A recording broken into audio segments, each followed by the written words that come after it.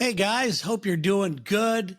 Good to have you here. I'm on YouTube again, even though it's very bright behind me. It's sunny here in Seattle, so I apologize for the video quality. But hey, I'm not going to apologize for having sun in Seattle, am I? But I am on YouTube as well, so thank you very much for being on YouTube, and also thank you for just downloading the podcast. I really appreciate it.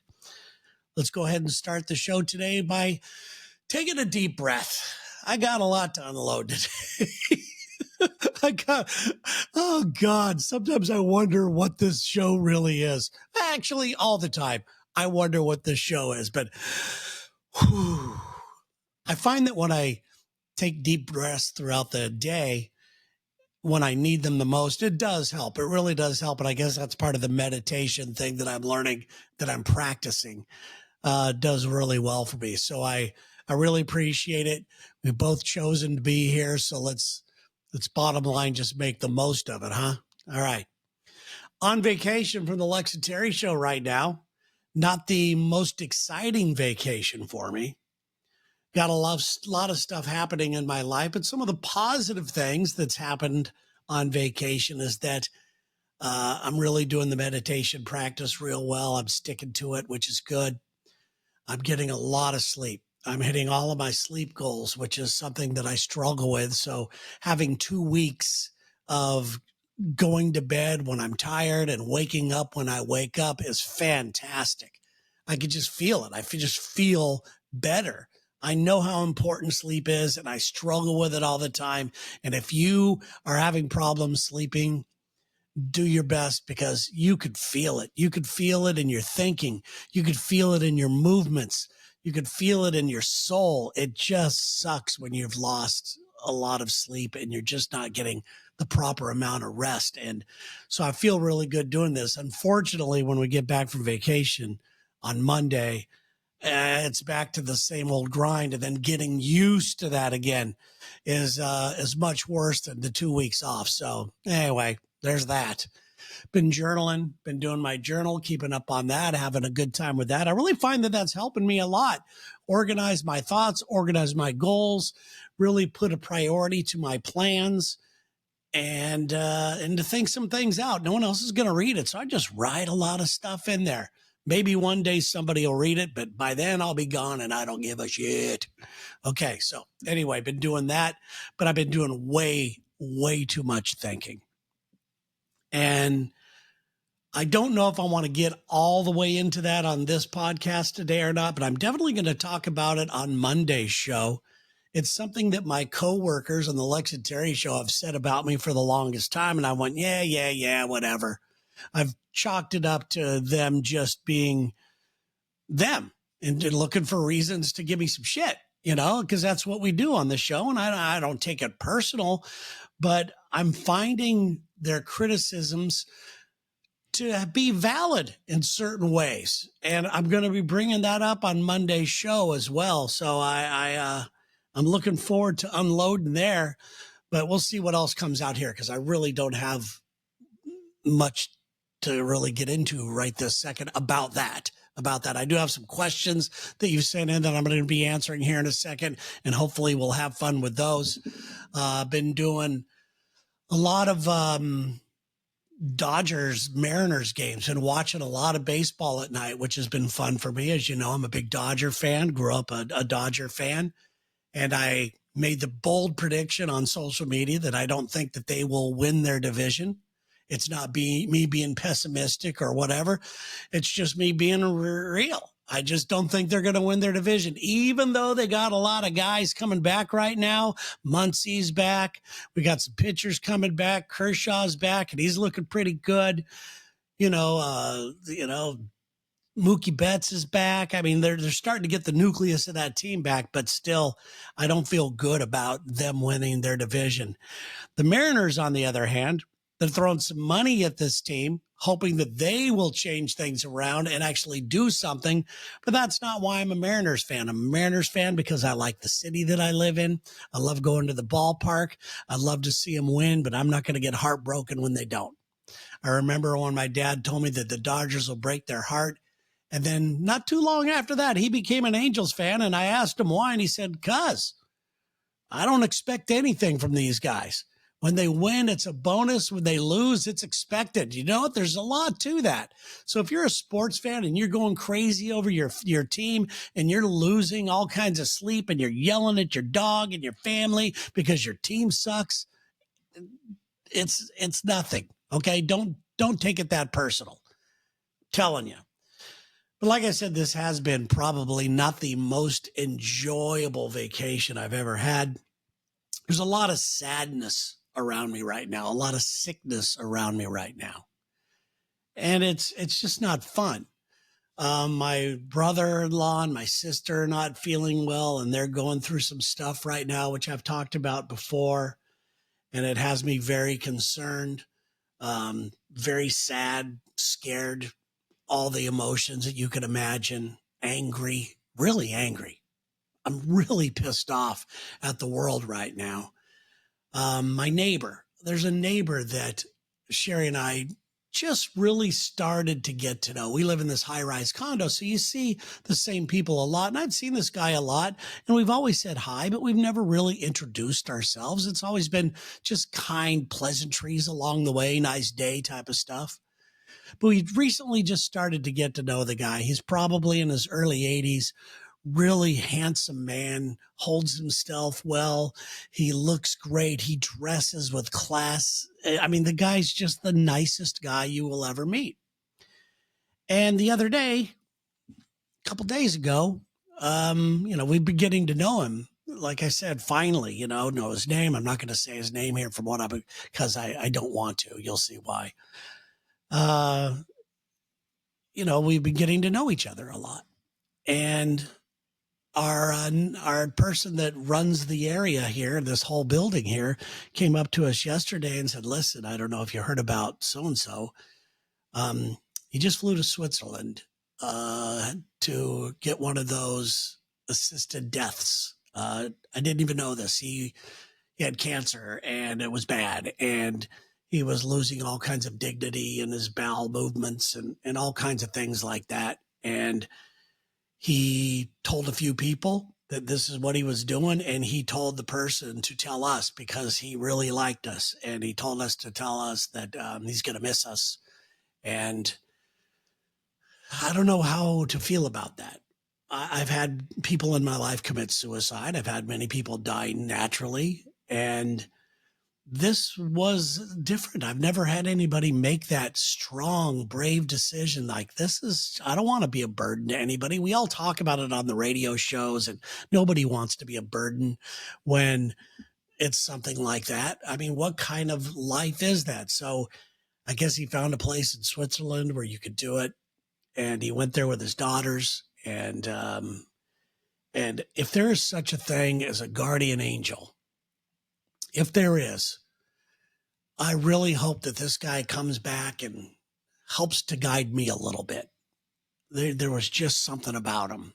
And it's unfortunate that I didn't get to know him much better, but I'm glad to know that he had the same thoughts and feelings about Sherry and I as we do about him. So we love you, man. We love you. We're going to miss you. And you did everything with grace and class, and including this. I think this was a total flex move. It was a total flex move.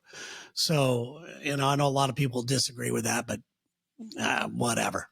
That's up to you to disagree or not to agree. So thanks so much about the comments on the last show. I appreciate it as I struggle to find a God in my life or a spiritual path to walk on. Sorry for hitting the computer there. I'm still struggling, and I will have my friend on who is a minister. His name's Paul. I will have him on an upcoming podcast, and I'm looking forward to going in deeper on that. I have some questions, and he's a guy that I trust. I also trust a couple of other friends who are believers and are very strong believers, but they're not crazy cuckoo believers. They're not, they don't put it in their bio online. God, I have a problem with that. And that's just my own problem. That's just my own pet peeve. I get it. If you're one of those people that do it, good for you. You find strength from it. I'm not judging you. I just would never do that. That doesn't mean that I'm better than you or worse than you. My personality would not allow me to do something like that, because I do believe that once I find the faith, once I find that power again, once I get hooked up like that again, that I will share with people when they ask. I am not going to bombard people with my beliefs when it comes to spirituality and religion by any means. But yes, that is an upcoming podcast. I'm really looking forward to that one, by the way. So let's go ahead and answer some of these piling up questions I have. I only got time for like 3 of them, but let's do it anyway. Let's take this first one here. What do you think of David Goggins? If you don't know who David Goggins is, he is one of these hustle culture guys. He's online. He's got a big online presence. Just Google him, millions of followers. But he's a total meathead. A total meathead. If there was a picture of douchebag in the dictionary, it would have this guy's picture. Okay. I'm just trying to paint a picture. So if you don't know who he is, that's who he is. And if you're a big fan of his, you have to admit he's a douchebag. But this doesn't mean that I don't like him, that I think he's a big douchebag by any means. I do think he might be a little too influential, which is maybe this is also my problem, thinking that he's too influential. He has too much influence over other people. Because all he does is lift weights and yell at people and say, you got it, come on, don't be a pussy. That's all he does. That's his whole act. But he's very good at it. He's very good at it. So like I said, the influential thing is a problem that I have with him. I think way too many people put too much power in their favorite podcast host. Like they're like, listen, we're just podcast hosts. You could be a podcast. Because we have a podcast does not make us experts at anything. Like Joe Rogan, who I know Joe and all that. And just because Joe has a podcast does not make him an expert. He's got an inquisitive mind, and he asks his own questions and he gets his own answers, and that's great. But too many people put a lot of pressure on them, on him for guiding him the right way. Do I take ice baths like Joe Rogan? Do I get tattoos like Joe Rogan? Do I eat elk all the time like Joe Rogan? Everybody's looking for that answer. But my point is, just because you have a podcast or a following on social media does not mean that you've done the work. You don't have the education. You don't have the expertise by any means to say that you are an expert in any of this stuff. David Goggins might be an expert in getting good abs. Pretty much it. Okay. So I get asked a lot, why don't you speak up more? Because he does. He's influential. He does that. People ask me, why don't you speak up more? You have this platform. I had some guy really mad at me. He was a guy on the left. And I say this because he was talking about political stuff. He was very mad that I wouldn't speak up and say this or that, the other thing, to discredit so-and-so or whatever. I think that I take it as a big responsibility. If I was ever to speak up, which I'll get to here in a second, but if I was ever to speak up like that, I would want to do it in a very responsible way. But as far as David Goggins goes, I love the guy's energy. He's angry, and I love it. I love his willpower. He puts off this indestructible vibe, which I want more of in my life. Maybe I could learn something from him on that. But I really love that indestructible feeling. I've had feelings that I'm indestructible. I've had feelings that I can't lose. I've had feelings that everything I touch is going to turn to gold. And those were the most powerful, so much more fun times in my life. And luckily I was able to do that for years. And like I've talked before on previous podcasts, I've lost some of that in my life. And that's a desperate search that I'm trying to get back. And that's why I'm trying to learn more about spiritual. I'm trying to get that inner strength, that indestructible feeling that whatever my decisions are, I'm going to live with them. And I'm making pure, real decisions on my future, and I'm going to stick to whatever I think I'm going to do, whether it's a gut decision or a intellectual decision. I'm just going to stick to what I'm in my guns, and I'm going to fucking go for it. And that's what I need more in my life. I'm starting to feel more of that. I'm starting to feel good. But we'll see here, or we'll see. But I do find him fascinating. So to answer your question, yeah, he's a douchebag, but I follow him. I follow him because I can see the benefits that he's giving me. Do I put everything into what he's saying? Do I agree with it when he talks about politically? Do I agree when he talks about relationship-wise? I've heard him do relationship stuff where I just was in tears laughing so hard. He couldn't have been more off base. Couldn't have been more off base. But bottom line is, I see some good in him. I see some value in him, and I see something that I could learn in him, but I do not think that he has all of my answers. I think maybe he has maybe 0.5% of the answers I'm looking for. So there you go. But he does get a little too much for me sometimes. Next question. On your last podcast, you mentioned your desire to be liked and how you think that that's holding you back. I have the same issue, and I was wondering if you could explain more of that.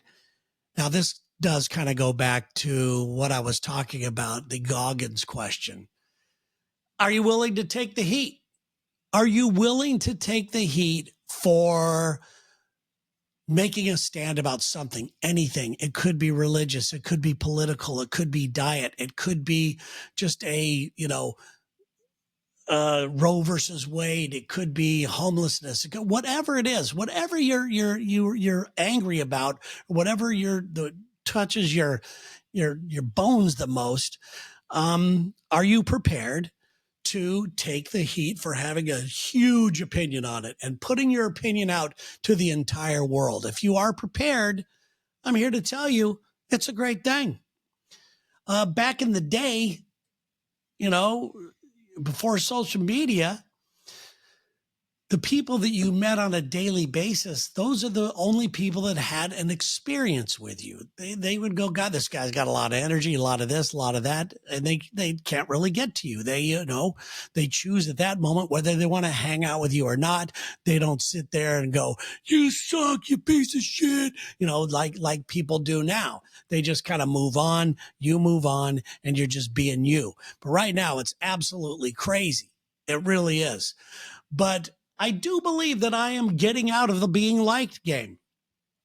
And I know there's some people that don't like me. I get it. But I've been pretty, I don't know, it's been my plan to not make people dislike me. When you want to be liked, you play a game, bottom line, of conservatism. And I'm not talking politically. You just make conservative decisions. Because deep inside, like I've said, I don't want to hurt people's feelings.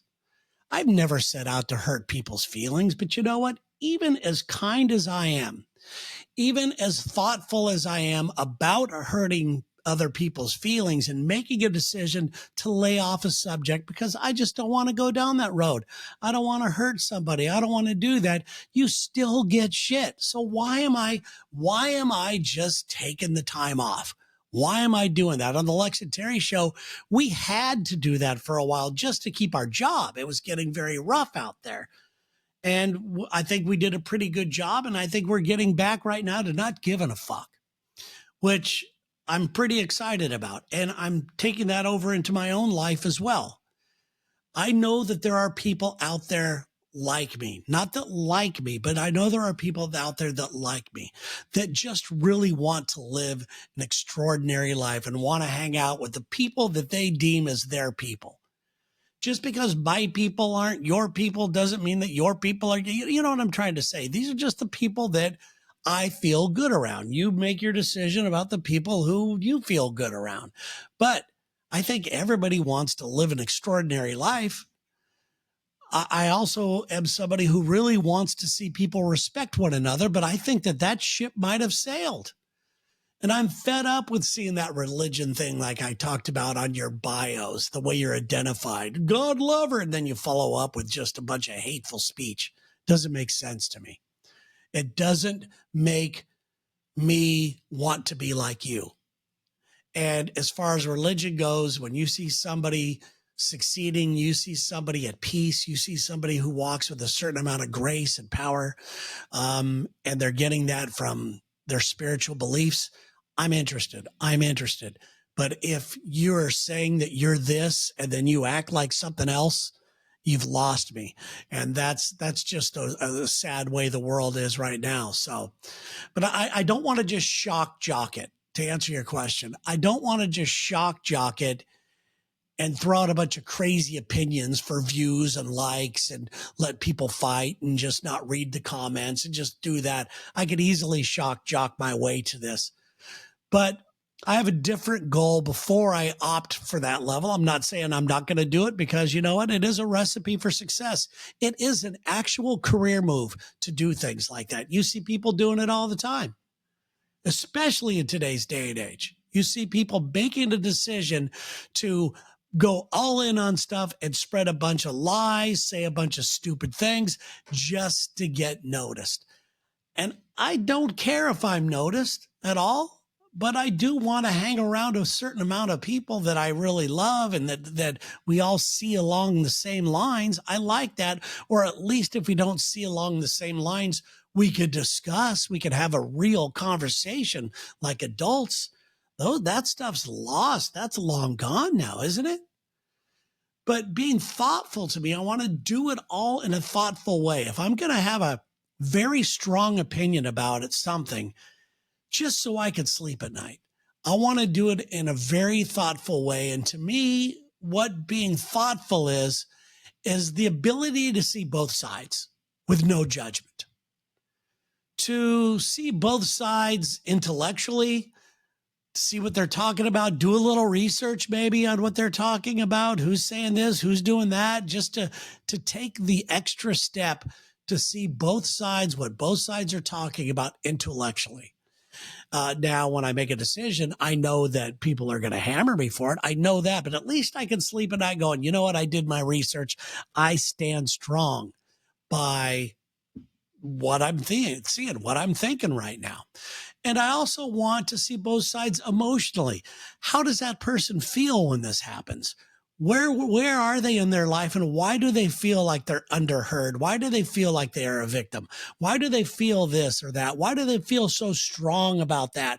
And I want to be able to see and connect all of those sides before I throw my opinion out. But when I make my decision, I'm going to let it rock. I'm going to let it rock, and I'm going to not fight with people online. You guys can fight it out, but I'm going to at least stand by my decision. That being said, and this sounds like a total cop-out, one of the best qualities I think I have is the ability to say that I'm wrong and to acknowledge that I've been wrong in certain areas of my life. Even when I've said, "Oh, you guys are crazy," this, that, the other thing, I have the ability to admit that I'm wrong and to work towards changing my mind on certain things. We are free to change our minds anytime we want. We really are. Richard Bach has a quote, and you might think this is kind of woo-wooey, but it says you're free to choose a different past as well as a different future. And I kind of believe both of those. I've seen people ignore their past and go, you know what, screw that. And so many people want to go to therapy and learn why they do this and that. And I think there's something valuable to that. But I don't think that's the whole answer. Some of it is just being at peace with what happened and forgiveness and letting things go and go, you know what? That was my past. That does not define who I am right now. So I'm choosing this future. And I now know that I am this type of person. I mean, when I changed my name legally, that was the reason. It wasn't for radio. It was just because I knew I wanted to be a different person and I wanted to be that person. And that was the measures that I took. That's how serious I was about manifesting a new life for myself. So anyway, so please send all the questions, okay? All the questions at me, the good, the bad, the ugly, and I will do my best to give you a thoughtful opinion on things, I would love to do that. So challenge me with some questions. And if you don't hear what you want to hear, sorry. If you hear what you want to hear, great, good. We're out there. I just think that other people out there think the way I do sometimes. All right, last question. Why is going for something you love so painful? Why is going for something you love so painful? Well, to tell you the truth, that's what I love about it.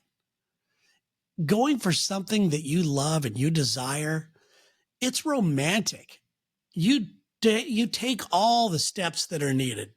You end up not going out with a girl on Friday night because you need the extra money for this, or you need you got to study, or you say, hell, you need the sleep because you got to work the next morning.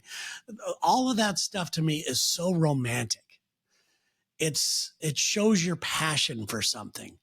So the pain is in the passion. It really is. And it's somewhat sexy in a way. Watching somebody so driven by their passion and their desires, to me, those are my people. Those are the people that I love.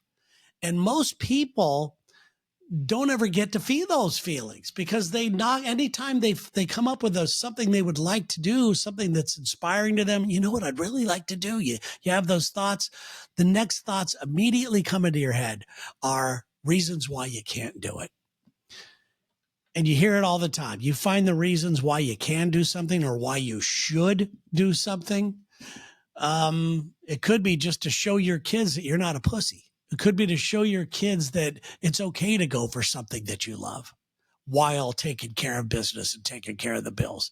Doesn't mean you have to throw yourself into things 100%. You got to be responsible. But yeah, I think that those are my people, the people that are thrown in. And a lot of people have never had that feeling of being so passionate about something that you just end up being laser focused about it. You don't sit down and go, I'm going to laser focus about it. You're laser focused because you can't help it, because that's all you can think about. And there's something so fucking sexy to me about that.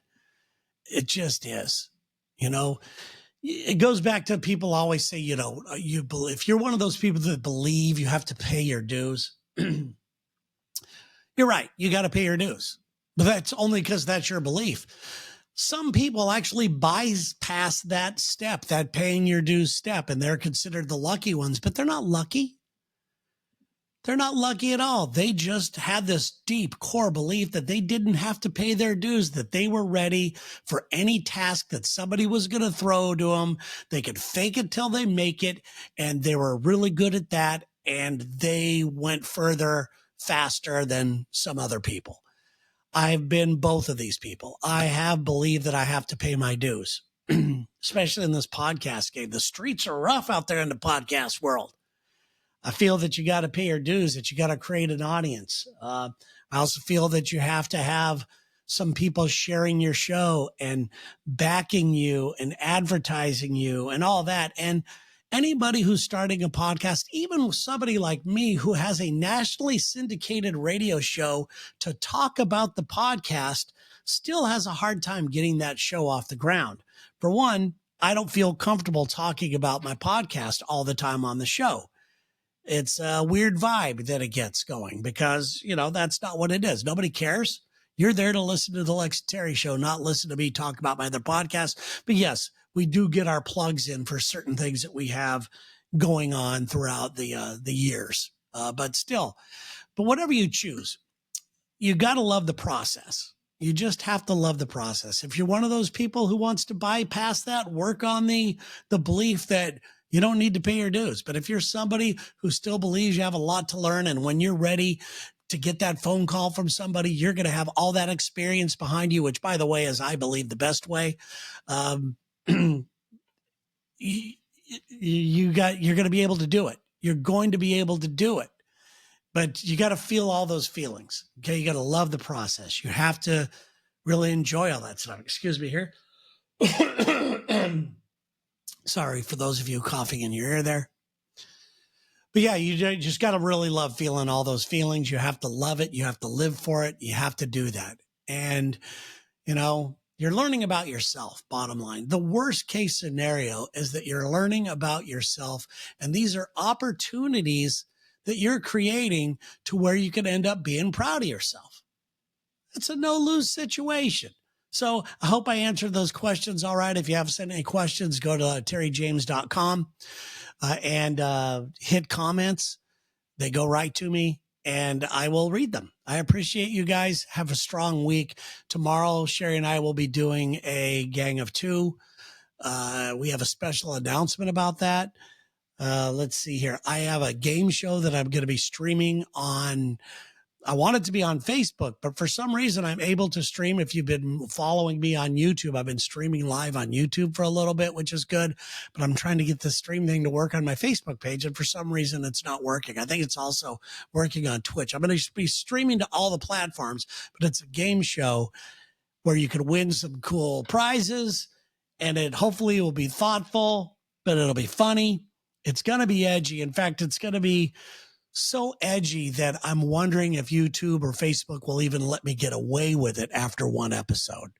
So I'm also trying to have plan B set up. Okay, it didn't work there, but you can watch over here on this website. So I'm working on that right now, and I'm excited about the possibilities there.